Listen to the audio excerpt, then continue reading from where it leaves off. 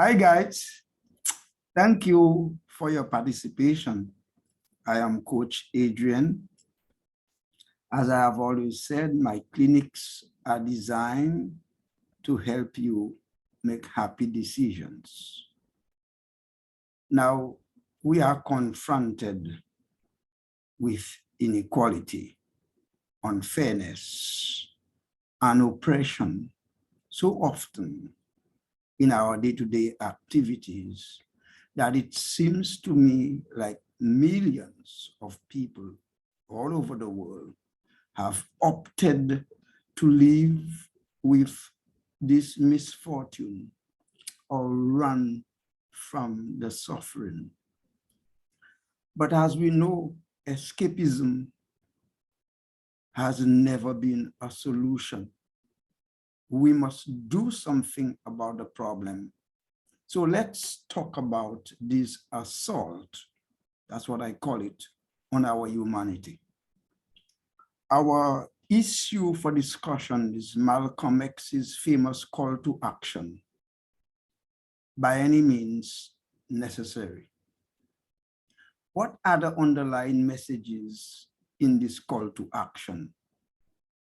4 ideas come quickly to my mind.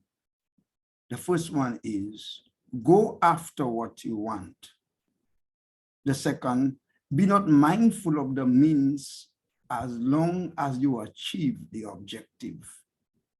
Number 3, the end justify the means. And finally, I thought of, in the pursuit of your goal, do whatever will help you accomplish your dreams.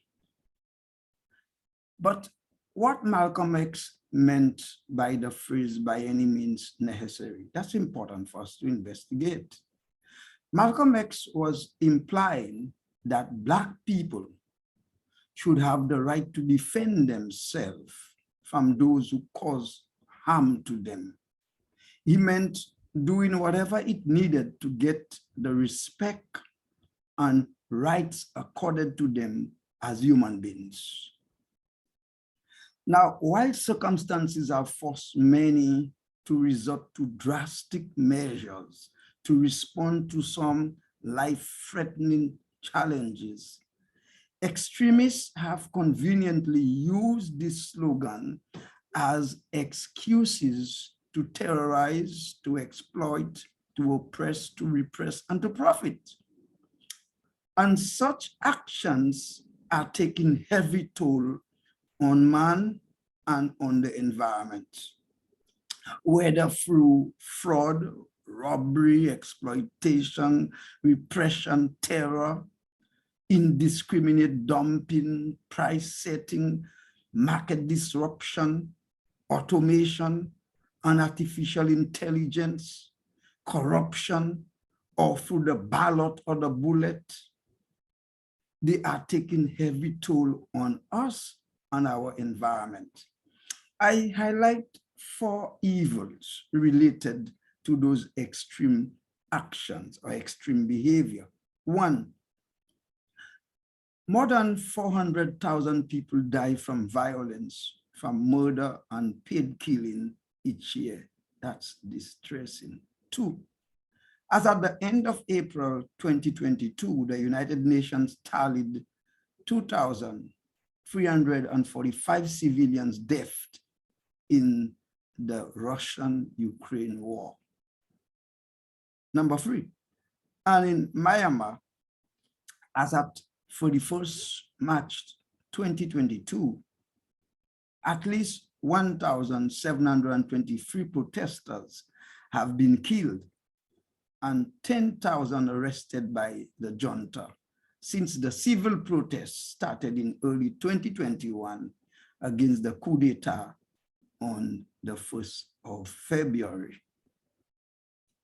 And 4, the UN estimates that 150 million children live on the streets because of wars, abusive homes, poverty, and declining government transfer. Now, this is simply just to highlight some of the extreme measures whether by individual or by institutions, by government, by those in power, by those in business that are causing the pain that millions are feeling all over the world.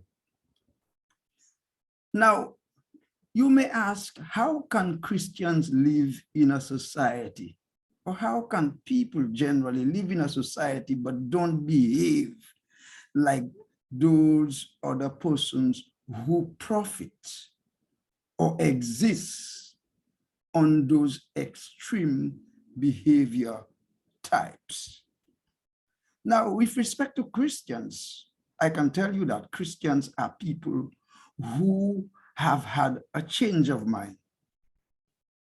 So Christians are people who have had a change in their mind, a change in their thinking, and a change in their hopes and aspiration, a change in their perception, a change in how they do things, how they organize themselves, whether for business or for pleasure.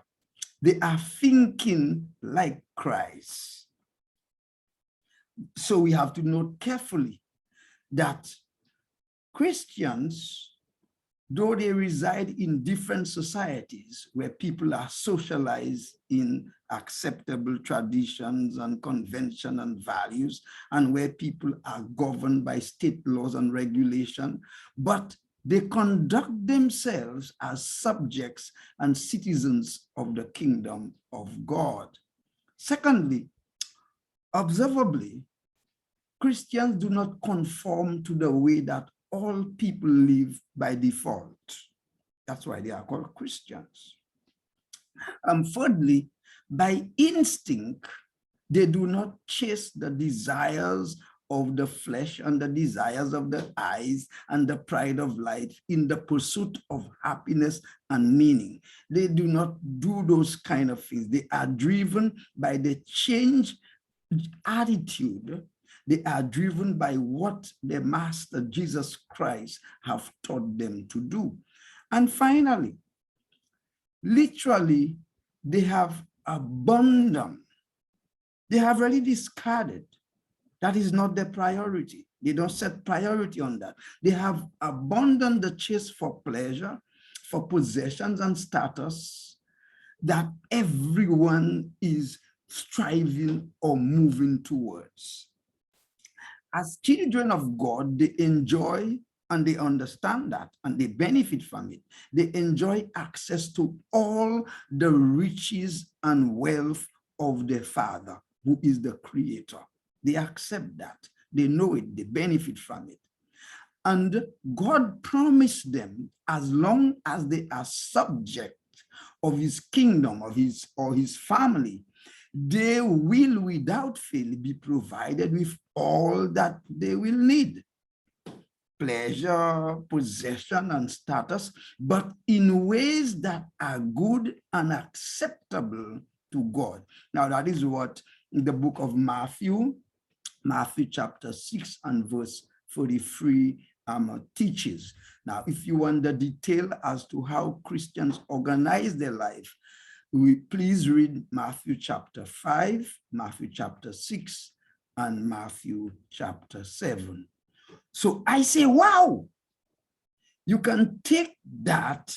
That is the promise that God makes to his people, to his subject, to the members of his family, and that he supplied.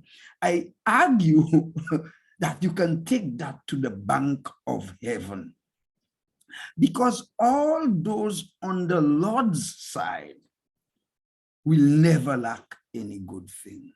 And you speak to any Christian, whether old or new, and they will tell you that all those on the Lord's side never lack any good thing. So there is absolutely no need for any of them to try to get anything by anything necessary or by any means necessary. And we always end our clinic by reminding ourselves of the two principles that help us to make good decisions that make us happy. The first one is from William Penn. Wrong is wrong, even if everyone is doing it. And right is right, even if no one is doing it. The second one is like it. Truth is truth, even if no one believes it. And a lie is a lie, even if everyone believes it. And we always end with a word to the wise. Our word to the wise comes from Jesus. Jesus gives us the golden rule.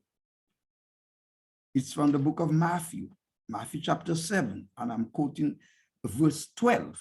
Jesus says, in everything, treat people the same way you want them to treat you. In everything, treat people the way you want them to treat you. For more information, guys, visit my website, www.goadrians.com. Please look out, remember to look out for a new video posted on my YouTube channel, on LinkedIn, Facebook, and Twitter on the first day of each month. And connect with me, Coach Adrien, via mobile or WhatsApp, 869-668-9752, or via email, peter@goadrians.com. Thank you for viewing. Thank you for your time. Please subscribe and like my video. Remember, life belongs to God, the Creator. Let us respect one another. Let us love one another, and let us treat life as sacred. Thank you.